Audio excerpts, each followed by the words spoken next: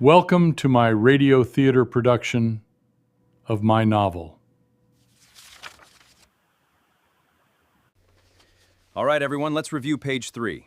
I am ready when you are, ready when you are. Let's make this a great take, okay? Yes, let's do this. February 14th, 1941.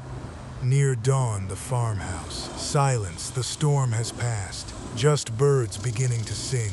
The world waking up, there was nobody left to evict. Inside, the house is empty now. Every stick of furniture sold or hauled off at auction. Just bare walls and floors. Jessie's boots on the boards. A final tour. She'd packed everything she owned into a canvas rucksack. 2 changes of clothes, a box of .30 cartridges. Mama's French Bible, pulled clean from the mud a month back.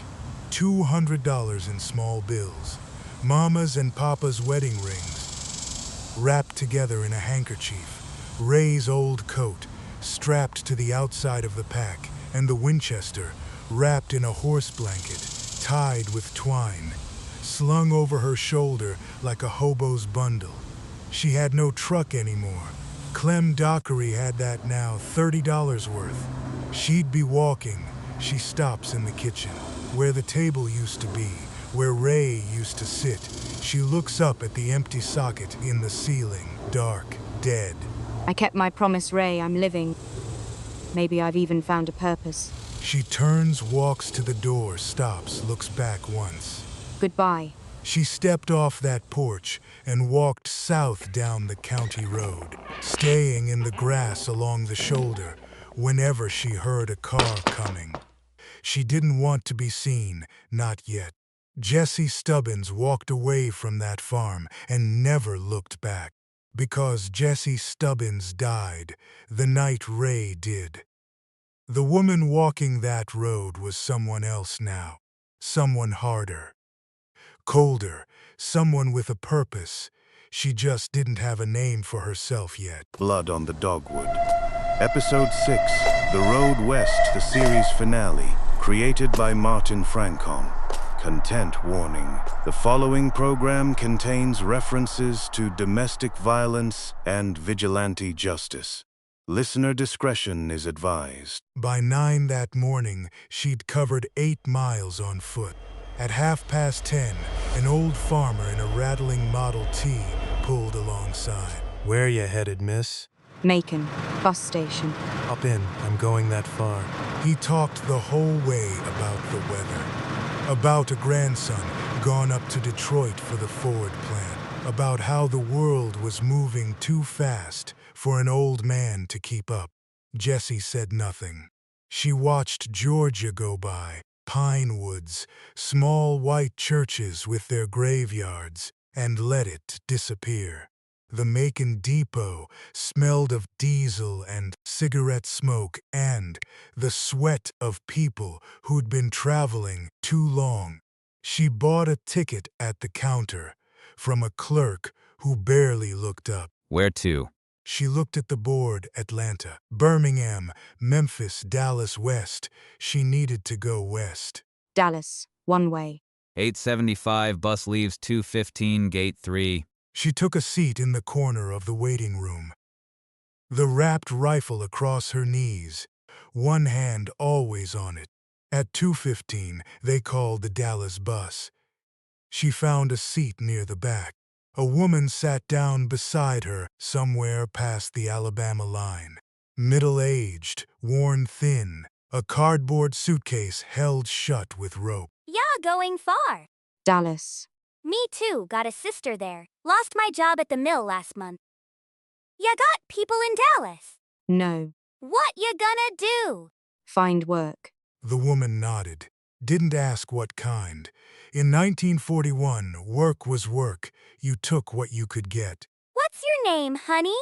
Jessie paused, just a second, long enough for something to settle into place. Jessica Freeman. I'm Dorothy Klein. Nice to meet you, Jessica. Nice to meet you. Nobody had ever met her before. Not this version of her. They crossed the Bibb County line at 3 o'clock, a faded sign half swallowed by kudzu. Now leaving Bibb County, she was leaving Georgia, leaving Papa's grave and Ray's memory, and everything she'd ever known. She felt nothing.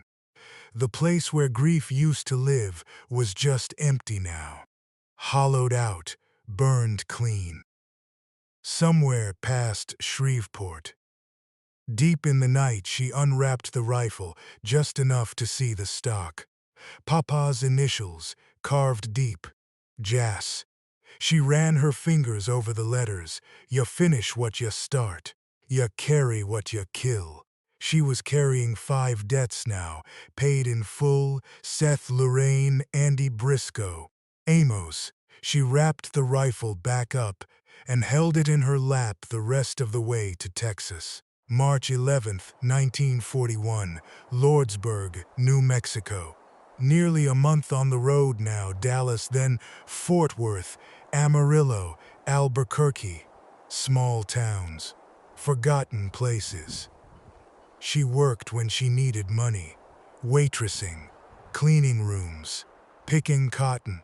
She used different names in different towns. She was good at being invisible. The rifle, still wrapped, sits on the bench beside her. One hand always on it. The depot door opens. A young woman walks in, maybe 19, small, dark hair pulled back. A battered suitcase, too heavy for her. Her left eye is swollen shut. The bruise runs purple and yellow down her cheek. Her lip is split. 1 ticket to El Paso, please. $4. Elena counts coins with shaking hands. I only have $3.60. $4, no credit. Please, I have an aunt in El Paso. She's expecting me. $4 or no ticket. Elena walks to a bench and cries quietly into her hands. Watches her. She's seen this before. In Dallas, in Amarillo, in a dozen dusty, desperate towns. Women running, bruises. Nowhere to go, because the law doesn't care. And the men who should protect them are the ones who did the hurting. She stands, sits beside her. You're not fine. No, I'm not. It comes out in pieces. Her husband, Carlos, son of a rich rancher. Charming for the first 6 months. Then the drinking, then the hitting. She'd gone to the sheriff once. He was her father-in-law's friend, told her to go home. Be a better wife. Don't make trouble. She'd tried to leave before. Carlos found her, broke her ribs. Said next time he'd kill her. He'll find me. He always finds me. Where is he now? The ranch, 10 miles south, the Tres Hermanos. But you can't go there. He's dangerous. His brothers. I'm not going there. She stands, walks to the window, raps on the glass. 1 ticket to El Paso. That's $4. I know who it's for. Give her the ticket. She presses it into Elena's hand. I can't pay you back. I'm not asking you to. But I need you to do something for me. In 3 days, you'll read something in the newspaper. About a rancher, south of here. An accident, maybe. When you read it, you forget you ever met me. You forget this conversation. You forget what I look like.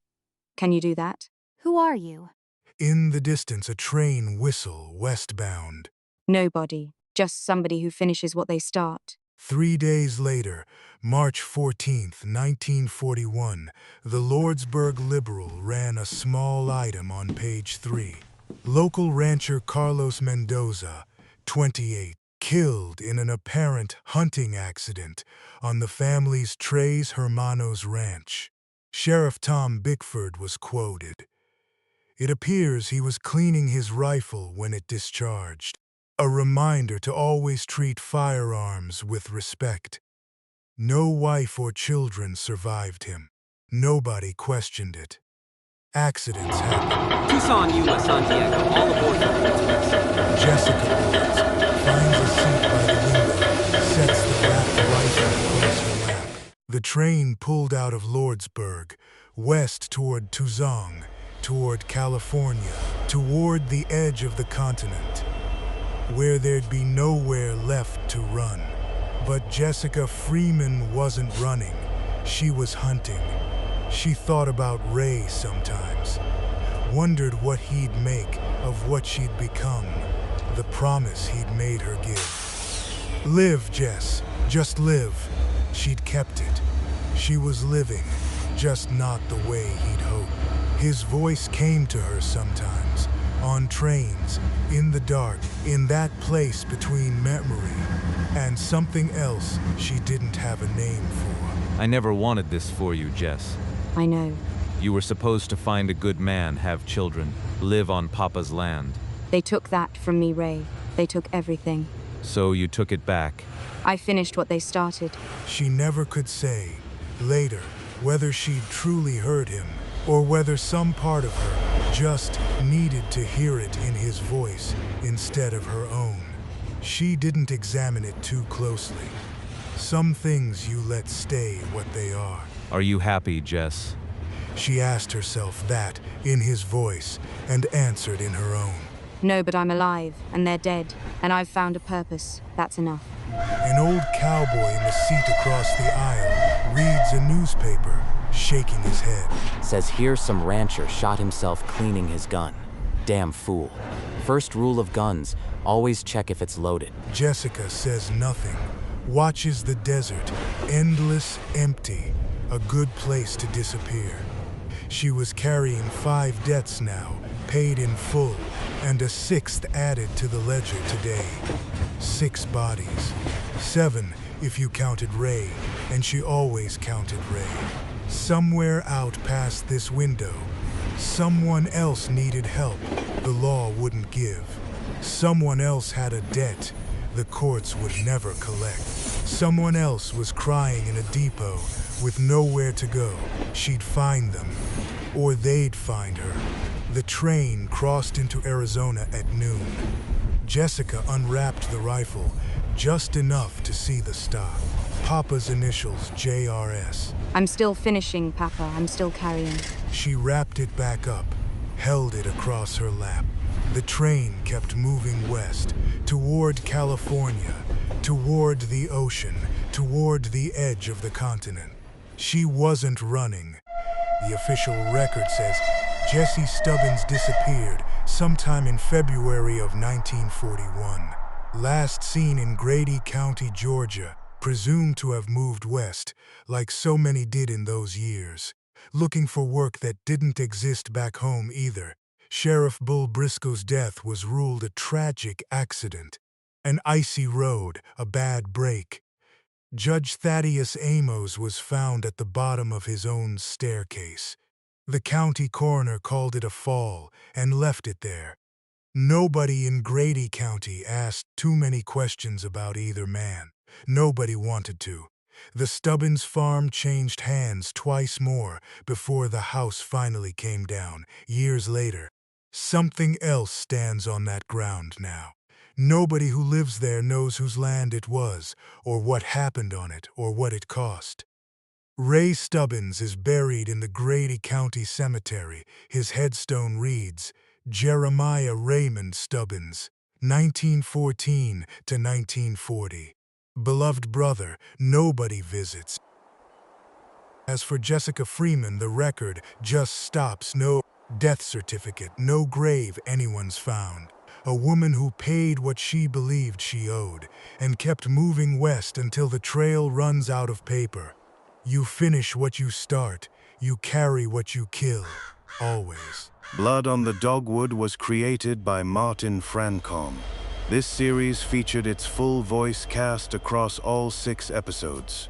Sound design, music, and direction by the Blood on the Dogwood production team. For resources and support, National Domestic Violence Hotline 1-800-799-7233. National Suicide Prevention Lifeline 988. Crisis Text Line. Text HOME to 741741.